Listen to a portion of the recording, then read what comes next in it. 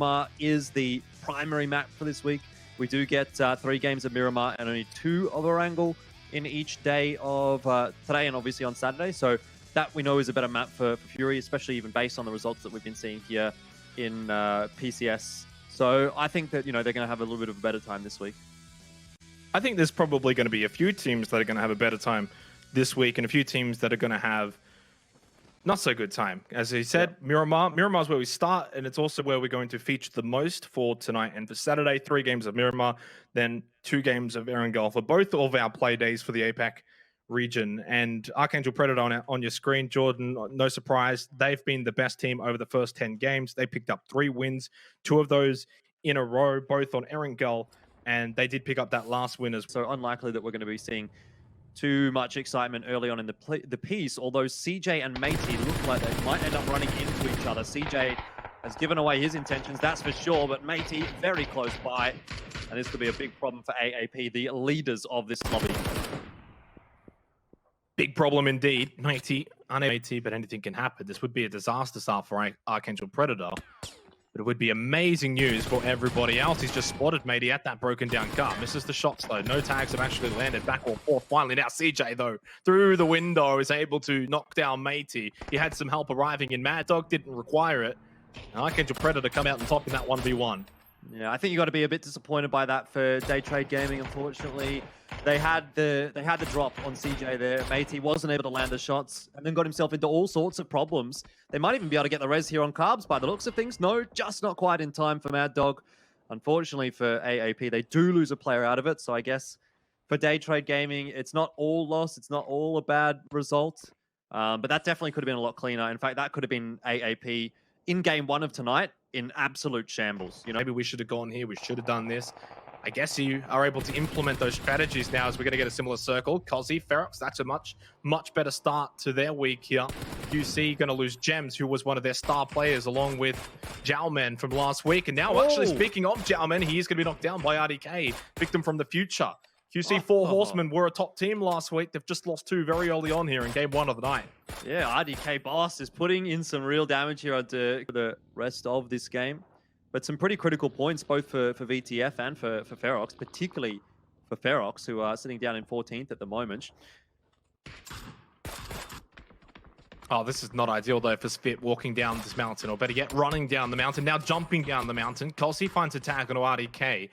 Teddy does get the knockdown. You can see the eyes all just focused onto Spit. Don't think Ferox are in a position to peek over and get the elimination. Teddy will confirm it for Victim. 2 early kills for them.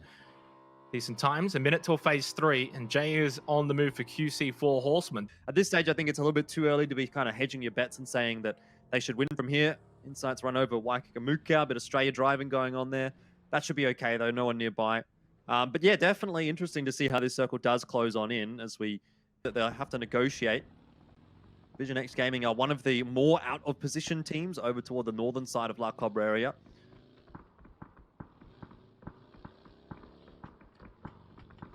I love the positioning, though, of Ferox on top of the crater itself. Really difficult for teams to push up there, especially when there's still a lot of eyes in the region close by, around crater, around La Cob.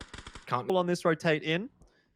Not too sure I'm a fan of seeing Fury and Atletico going up against each other. Waikikamuka cops a big spray there from Linksy, and I don't see this one going well at all for Fury. Atletico have the far superior positioning, particularly with Zoidmate down there on the flank. And as long as they don't lose Zoidmate, Atletico are going to be feeling very happy about this engagement. Waikikamuka is going to go down. You mentioned Linksy's position. He's got the nade in hand. Zoidmate, I think, is actually going to elect to push up. They might just smell a bit of blood in the water here for Fury, because this scenario, all you're doing is giving Atletico an easy chance to spray fire that pickup truck. The nades, the Molotovs, everything that can be thrown is now thrown. The smokes are out too. Atletico got the compounds, but they're not electing to move just yet. Time for Insight, Ronan, and Juxi maybe to just take that vehicle option. Yeah, I mean, I think for the Fury boys, this really is the only option. Juxi is going to kind of stay behind as that rear guard while the other two do back off in the pickup truck, as you mentioned. Atletico didn't really have an angle on it, luckily for Fury.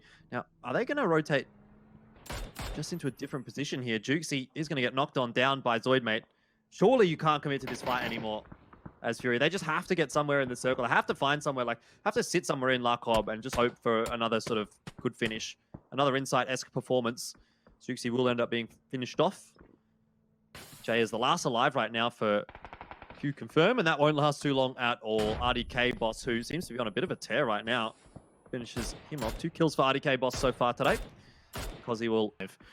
For how much longer, though, is the question. It looks like they've made camp close to Made in Thailand, who've still got all 4 alive. Cozzy, in fact, did find that knockdown onto Teddy. You said whether or not he'd be able to find it. He's actually even able to confirm it. I was about to say, obviously, confirming these kills isn't always easy. Norja, spray was clean. Then he pulls out the mini. Tap 2 gets at least some headshot damage, forcing Extreme back to heal. And while he does heal, you'd think, I don't actually know if he's going to be able to get Zoid back up. That blue zone's going to be coming up. Yeah, I think he's done. And I think Lynxy might be done too if he's not careful here. They've split up. Flood's gone to La Cobb. This is not looking good for Atletico now after their fight with Fury. They were going to be left in a very unfavorable position because of that circle shift. Yeah, I guess Extreme and Lynxy didn't really have any other options, though. Like, they couldn't go through Buriram. So Flood was the only one that was able to get into La Cobb, but now Extreme and Lynxy are going to have to do it themselves on the southern side of this circle, as they're still not actually in. Keep an eye on Archangel Predator. Again, the ones that are currently in first place here in PCS APAC. I've gone down to 2 players, but the res does come back on out. So they'll be okay for the moment. Rona. This time, Jordan. I mean, I don't know where this is going to end up, but it does still feel like we could end up in a very, very similar position. Flood will definitely be happy to see that northern ship. Beam out in the blue for Atletico at the moment. We'll keep an eye on Cerberus, who haven't been performing too amazingly so far here at PCS APAC. And JJ Leo, we'll see a player behind him, but just a little bit too late. It's going to be actually Heisaki that goes down. JJ Leo, Anquan to finish those kills on off. And it's just Basil left alive now for Cerberus Esports. He's got a few DIC players headed in his direction. Insight somehow has managed to kill a few players. Actually, both the VTF are pushed into him, so I just saw that on the kill feed. He's still alive somehow. I think VTF's out now. What is this madness?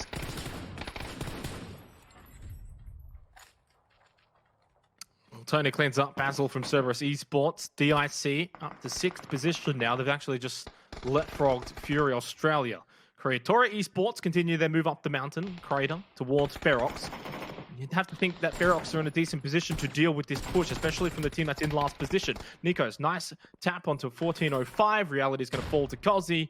And all of a sudden, only IQ 500 and Castel remain for the team that is in 16th position. Only 11 points. Ferox have had a decent first game of the night. Need a quick cleanup as they get it. 6 kills. Decent position, but now have to move into the next zone as that blue's pushing. 1 minute and 8 seconds. JJ Leo cleans up Tonke, makes an S falls to Tony, and Golden Cat down to Justino and 6 sacks. Another team, Jordan, in that top half of the bracket. That is falling at the wayside here in match 1 of day 3. Luckily for Ferox, they're coming in from the high ground. They're right above AAP, and Killer is spammed away by Sweet Soul.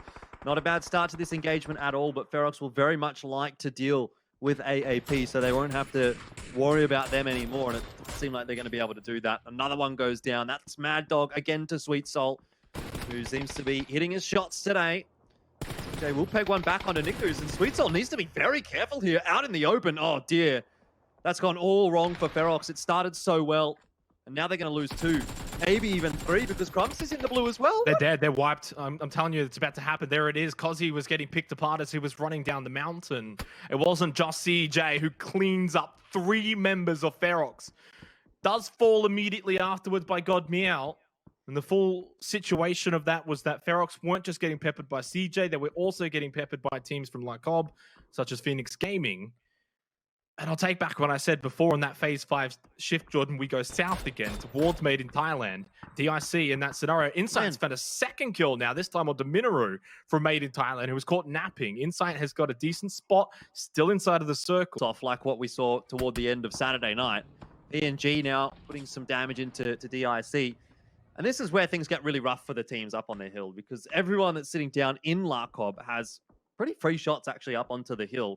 Unless you're sitting behind some Deflate, but help him from God Meow. He might say thank you very much for that as I continue to throw out whatever I've got, all the utility. Now RDK helps out inside. He gets one, a second tag. Immediately the transfer is perfect from RDK. He finds a third. No, it's never mind. It's just the elimination. Coaxi's still over in Lycob. He didn't come by. Victim have got 5 kills now. The spray, the tree blocks most of it. Are you serious? Never mind. It didn't block all of it. RDK just picks up a 3K for Victim from the future. 9 teams remaining. And I think Inside's done. That grenade should be enough.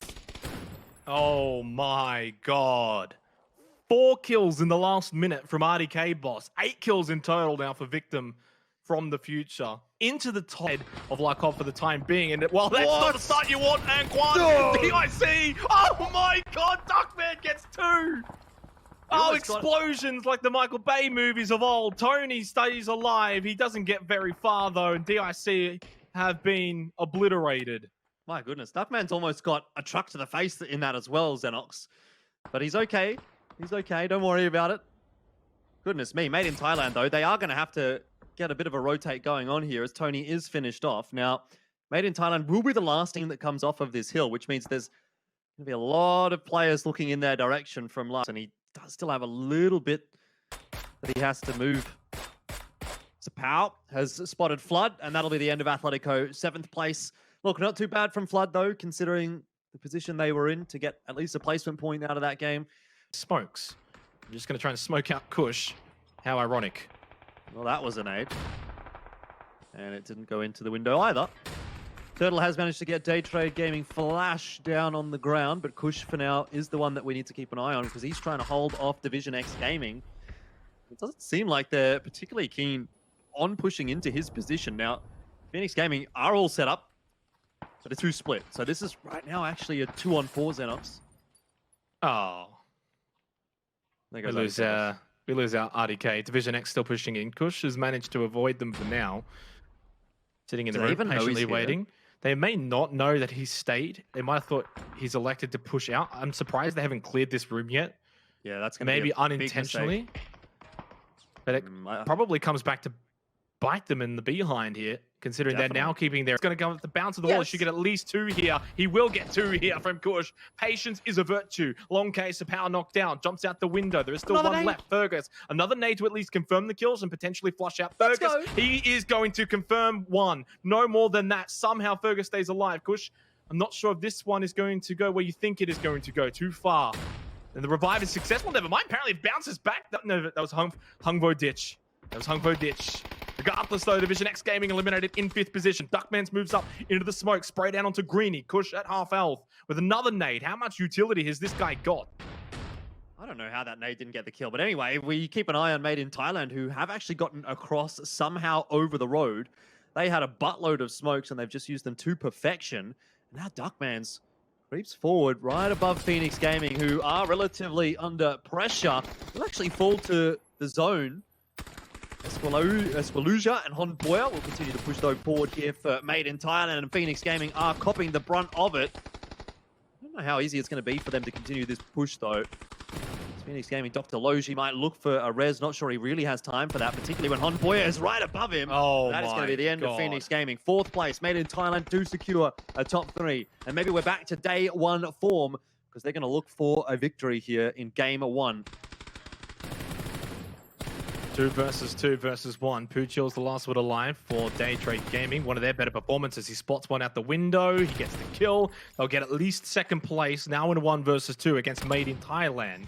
Don't think he's going to amount to much. He's not. Made in Thailand with the 11 kill win to start us off here for day 3 match number 1. They pick up the chicken dinner. 21 points in total. And one of the better